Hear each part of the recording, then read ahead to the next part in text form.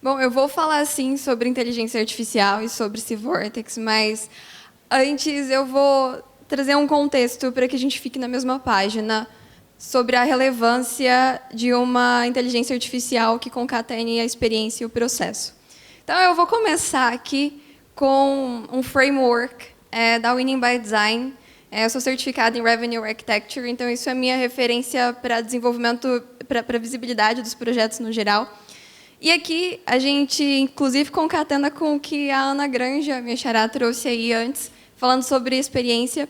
E é um framework que data também, ela comentou 6 anos, desde que CX está em alta, é uma terminologia em alta. A Winning by Design ela também traz esse framework, tem 6 anos, desde o crash do SaaS, que crescimento a qualquer custo começou a gerar problema para as empresas, muito mais do que receita. Entenderam que só trazer clientes não fazia sentido, é preciso manter clientes.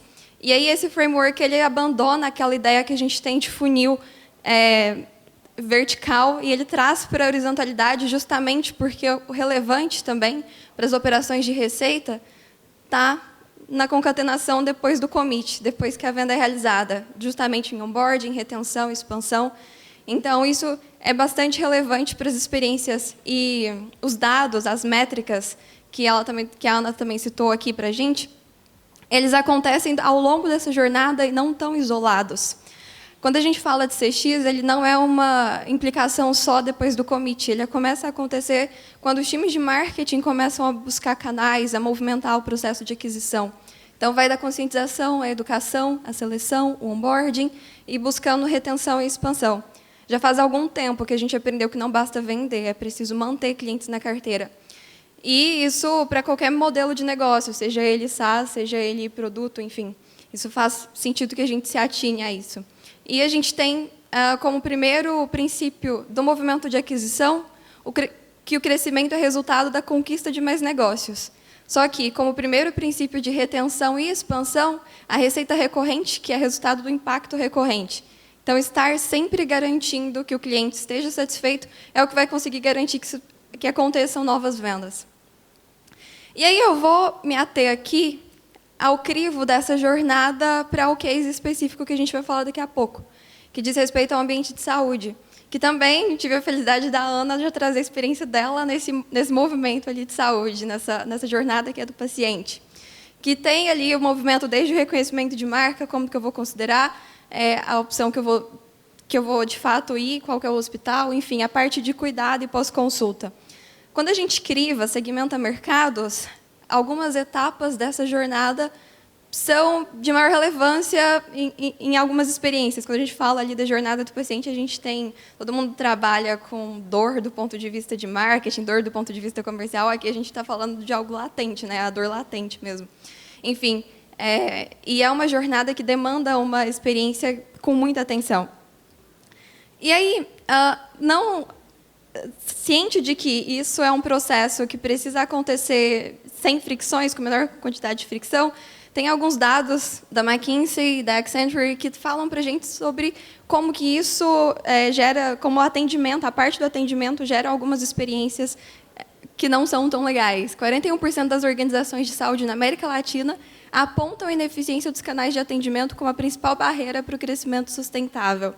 Quando a gente fala de crescimento sustentável, é justamente naquele primeiro framework que eu trouxe, quando a gente não tem só a ponta de crescimento de negócios crescendo. Não basta que as pessoas nos procurem, que o marketing esteja fazendo um trabalho muito bem feito, que a gente tenha canais trazendo clientes. Crescimento sustentável é justamente o crescimento que é mantido pela recorrência. Então, enfim, e 41% é um número bem significativo. A Accenture traz para a gente também que clínicas com fluxo de comunicação automatizado apresentam redução de até 50% nos custos operacionais e aumento de até 30% na produtividade do back-office. Já não é novidade que tecnologia apoia a gente justamente nessa redução de fricções. E aí, eu quero compartilhar com vocês também uma sensação que provavelmente vocês já tiveram quando a gente está diante de alguma porta e a gente não sabe se a gente puxa ou leva ela para frente, para trás, enfim. Geralmente isso acontece com frequência e é uma questão que tem a ver com experiência. No caso, user experience, né? Mas eu acho muito engraçado que a gente viva isso ainda hoje, sendo que teve um cara, o Donald Norman, que escreveu sobre o design das coisas do dia a dia em 1988, a primeira publicação, e ele fala justamente sobre coisas do nosso dia a dia que geram fricção para a gente. Quando a porta tem a maçaneta que nos deixa claro qual que é a forma que abre, a gente não para pensar nisso e não gera nenhuma frustração nesse movimento. E isso seria uma proposta simples de ser resolvida, e ele traz isso nesse livro, que já, enfim, é mais velho do que eu, e seria basicamente garantir que as maçanetas fossem usadas da forma correta para a abertura da porta. E, bom, se mantém não sendo, né? Se mantém, vira e mexe, a gente vive uma experiência dessa. E a gente não precisa ir tão longe para entender que neurociência, que esse processo de fricção, que a tomada de decisão, que quanto menos fricção cognitiva eu tenho para uma tarefa, maior a probabilidade do usuário completar e ter uma experiência positiva.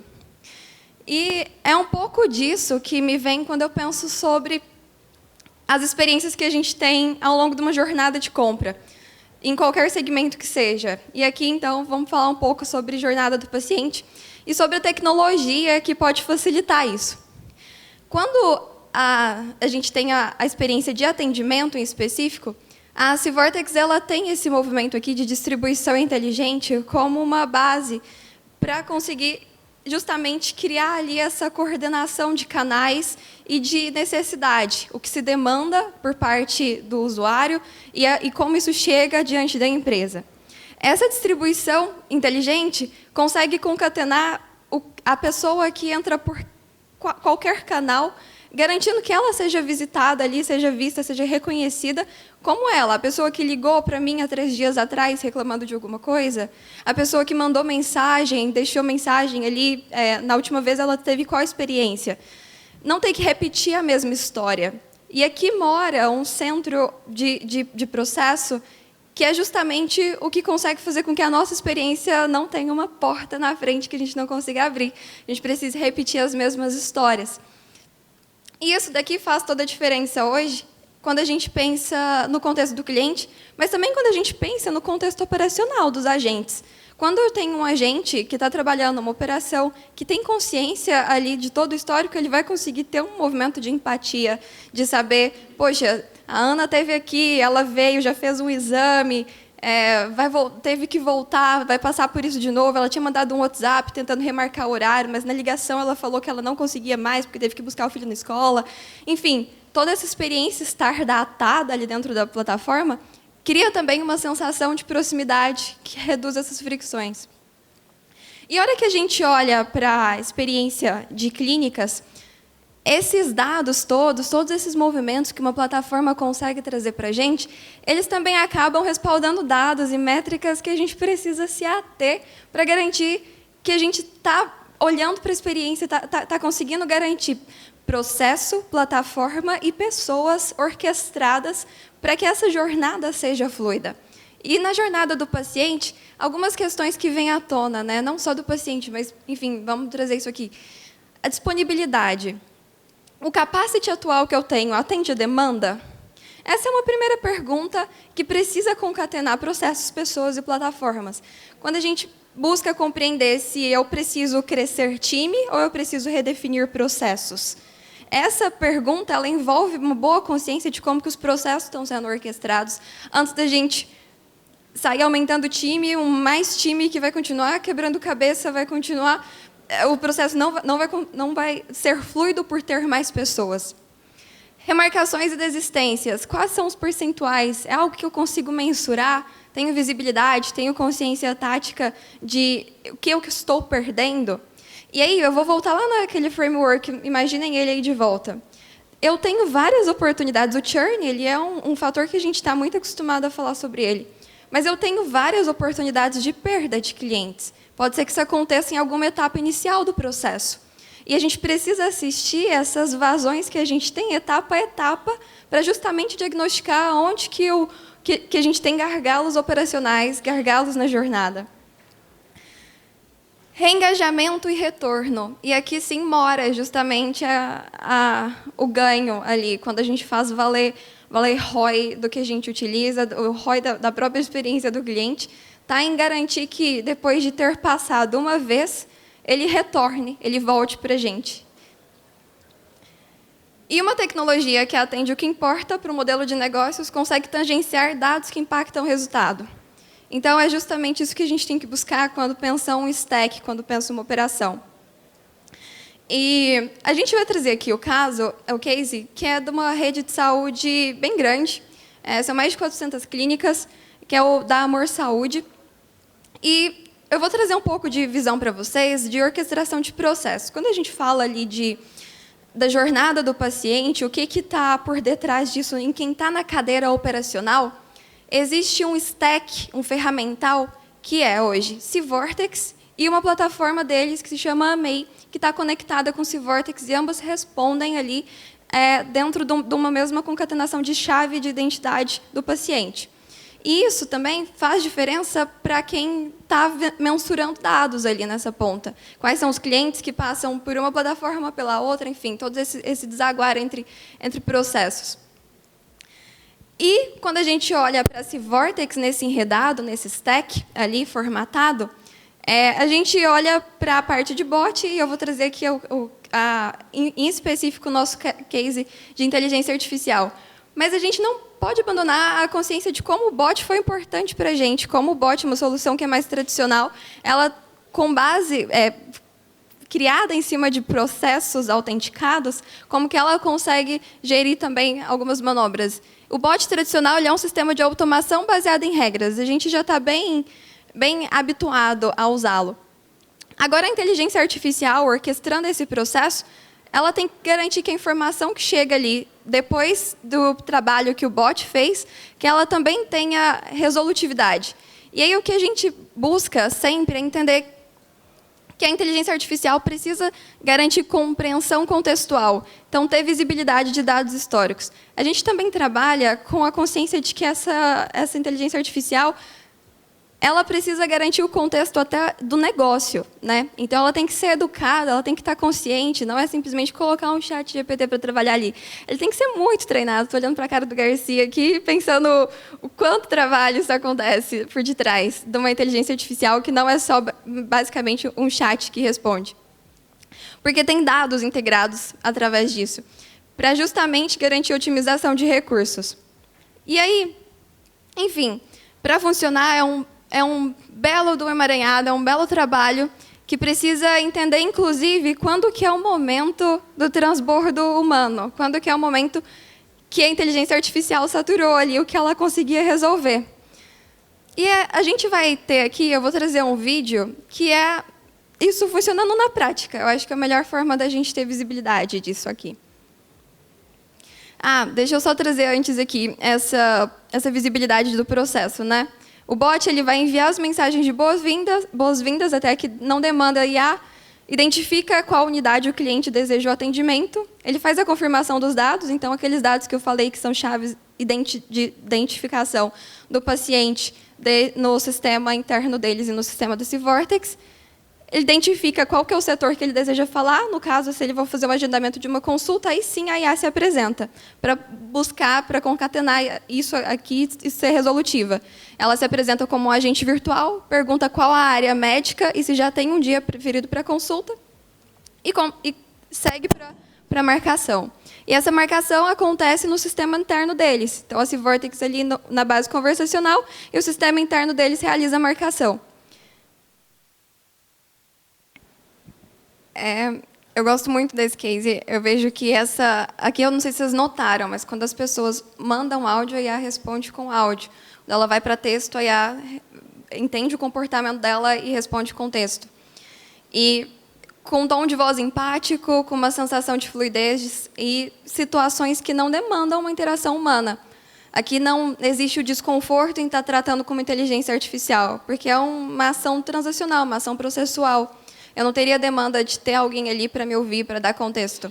Mas, ainda assim, a gente teve uma experiência em que A gente mandou uma mensagem falando sobre, eu bati meu olho aqui na árvore, tive uma sensação, tô com ferimento. E aí, mesmo precisando de contexto, a IA, nesse caso, ela ainda falou, você precisa de um traumatologista ou de um oftalmologista? Então, ela também estava ali contextualizada para saber qual que era a experiência, diante de um áudio que a gente tinha imputado ali, para dar essa visibilidade do que era a situação.